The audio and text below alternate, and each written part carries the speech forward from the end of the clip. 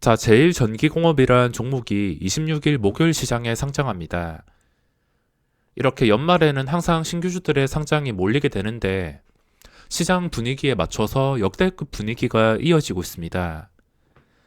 작년까지만 하더라도 연말에 상장하는 종목들이 많아지게 된다면 시장 분위기도 별로 좋지가 않은 상황에서 주포도 없기 때문에 뻥튀기가 안 되거나 뻥튀기가 안 된 상태에서 상장을 한다 하더라도 거래량과 관심이 끊기는 종목들이 많았지만 지금은 상장하는 것 하나하나마다 이 종목이 무엇을 하는 종목이든 그런 거 아무 상관없이 지금은 동네 구멍가게가 상장을 한다 하더라도 시가총액 적고 유통 가능한 물량이 거의 없으면 2배 플러스 상한가까지 갈 기세로 그냥 아무거나 이렇게 뻥튀기 되고 상승하고 있습니다. 지금 분위기가 굉장히 뜨거운 걸 넘어서 과열 상태이기 때문에 고점에 물리는 거 분명히 주의를 하셔야 됩니다.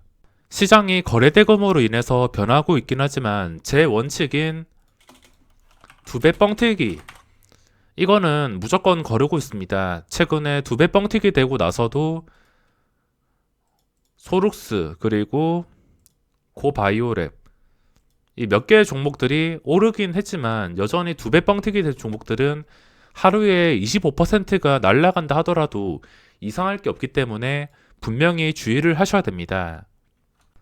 자, 제1전기공업 설명을 드리자면 26일 목요일 시장 상장하며 희망 공모가 상단에 확정이 되었습니다. 17,000원에 시작을 할 일 없지만 이 17,000원으로 계산을 했을 때 시가총액은 약 1,900억 원이 나옵니다. 하지만 지금 장의 가격도 그렇고 그게 정확한 호가는 아니지만 그래도 지금 분위기와 장의 가격 봤을 때 그리고 유통 가능한 물량과 시가총액 규모까지 봤을 때 이것도 2배 시작할 가능성이 굉장히 높습니다. 일단 경쟁률은 개인이 1,400대 1, 기관이 1,200대 1 높게 나왔습니다. 당연히 물량 가져가려고 경쟁률이 높게 나오면서 뻥튀기가 되는 것이라서 이 경쟁률은 아무 의미가 없습니다.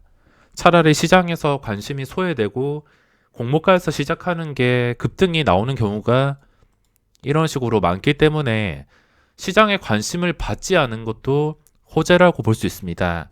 하지만 제1전기공업은 지금 시장에 관심을 받고 있으며 주식수가 약 1,100만 주 정도 여기서 유통 가능한 물량이 구주주가 없습니다. 오직 공모주주만 유통이 가능한데 290만 주 26%. 보시다시피 유통 가능한 물량이 거의 없는 편입니다.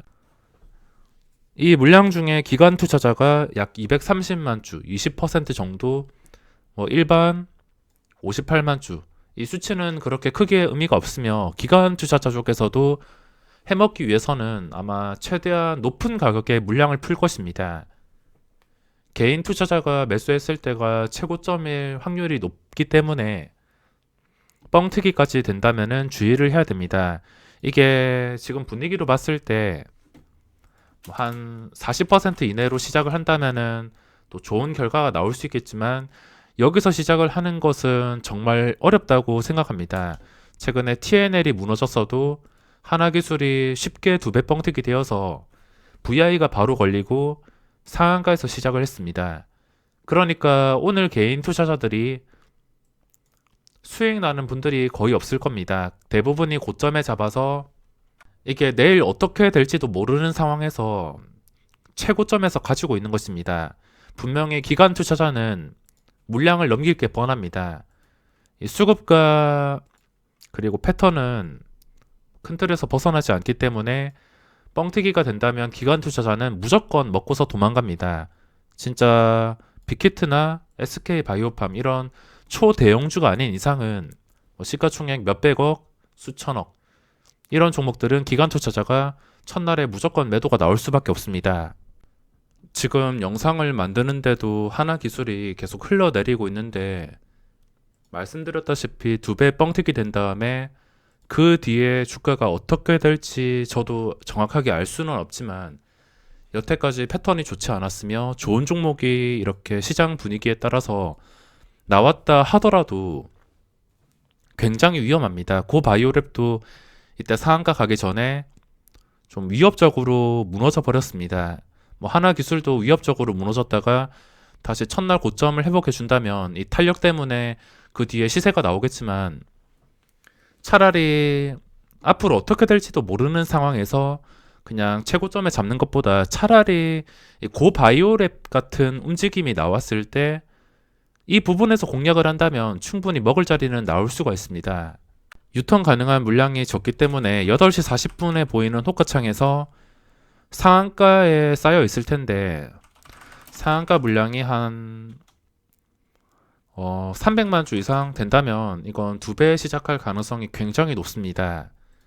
험매수가 뭐 100만 주에서 200만 주까지도 가긴 가지만, 이게 300만 주를 넘어버린다면 수량 배분을 위한 매수세가 계속 쌓이거나 기관 투자자가 물량을 내놓지 않으면서 2배 시작할 가능성이 높습니다. 그리고 최근에 2배 시작한 종목들이 많은데, 2배 시작한다 하더라도 시작하고 나서 그 시작한 가격에서 근처에서 시작을 하면 될 텐데, VI가 풀렸을 때 이렇게 높게 시작해 버린다면 개인 투자자가 무조건 불리할 수밖에 없습니다.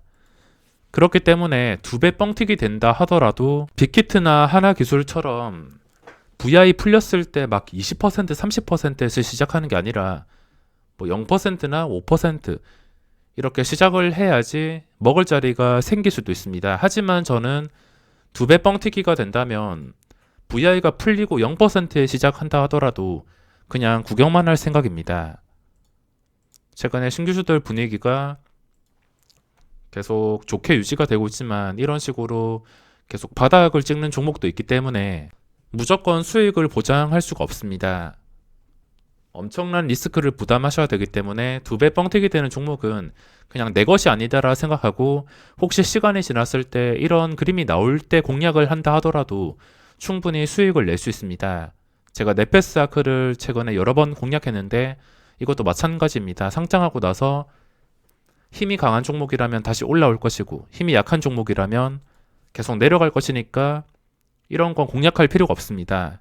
시간이 지나서 올라올 때, 그때가 가장 쉬운 타이밍이기 때문에 저는 구경만 하는 게 맞다 생각합니다. 제가 이렇게 말하고 상한가 가고 뭐 그 다음 날에도 양봉이 뜰 가능성이 없는 건 아니지만, 지금 상황으로 없는 건 아니지만, 그래도 이런 위험한 매매를 여러 번 반복하게 된다면 언젠가는 이렇게 미끌릴 것이고, 미끌렸을 때 복구하기가 굉장히 어렵다는 것입니다. 최근 상장한 것들 시세가 나오긴 했지만 전부 다 최저점 근처에서 거래가 되고 있습니다. 이런 분위기라면은 거래량도 없고 들어가야 될 이유가 없습니다. 반응이 나오는 센코나 뭐 위드텍, 5일선 위에서 놀아주는 종목은 매수세가 좀 더 생길 것이며, 근데 거래량도 없이 뭐 교촌처럼 5일선 밑에서 계속 내려가는 종목은 떨어지는 칼날을 잡을 필요가 없습니다. 그리고 최근 캔들이 어렵다면은 이것도 포기를 해야 됩니다. 소마젠도 상장 초기 고점을 뚫어줄 때 분위기가 좋았지만 이 자리에서 멀리 이탈했다는 것 자체가 리스크가 커졌다는 뜻이기 때문에, 뭐 나중에 시간이 지나서 다시 24,000원 근처까지만 올라온다 하더라도 자연스럽게 힘이 붙을 수 있습니다. 주가의 흐름은 이렇게 기본적으로 보시는 게 중요하며, 그냥 아무것도 모르겠다 싶으면 5일선만 기준으로 보시기 바랍니다.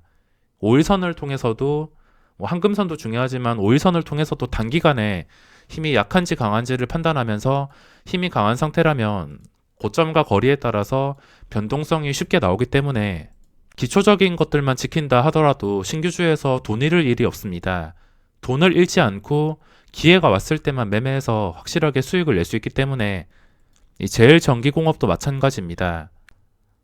시초가 2배 시작할 가능성이 굉장히 높은 상태이기 때문에 그냥 구경만 할 생각입니다.